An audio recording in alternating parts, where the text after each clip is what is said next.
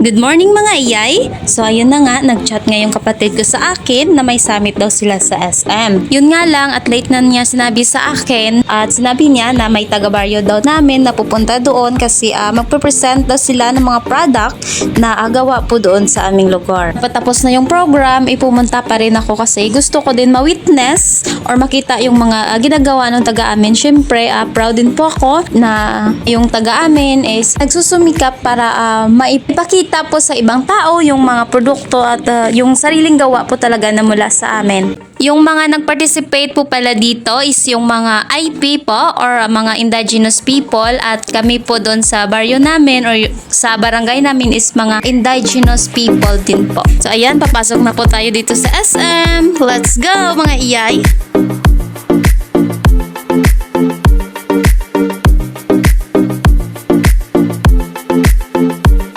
Dito na po tayo mga iyay, makikita na po natin kung ano po yung mga ginagawa nila. So dito po nakikita ko po si ng Irish, kaibigan ko po siya, taga-amin. Hindi na matapos-tapos yung ginagawa kasi magchichismis pa. Siyempre sa tagal po namin hindi nagkikita, na-miss po namin talaga yung isa't isa. Sana all na-miss.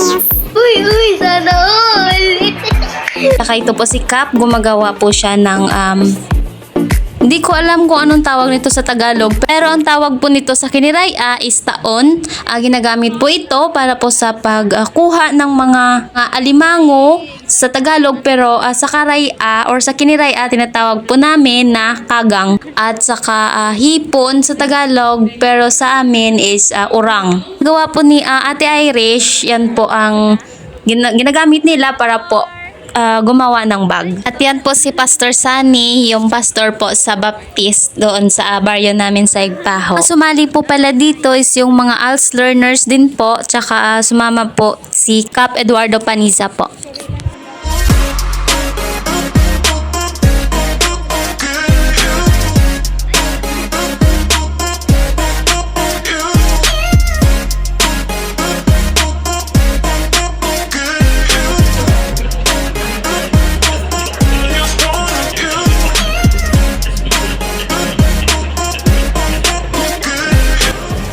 Ang maganda kong ate, ayan, si Ellie. Binigyan pa ako ng free taste ng mga chips. Po yung chips na hindi ko alam kung saan ito kinuha, basta daw free taste. Kaya naman pala binigyan ako ng chips kasi magpapapicture yung iyay. Ay, nako. Matapos ko siyang picturean, ito naman yung mga participants yung pinicturean ko. At ayun na nga, tapos na ako mag-picture sa kanila. So, nag-ikot muna ako dito para makita ko yung mga display ng mga pictures or yung mga programs na ginawa po nila.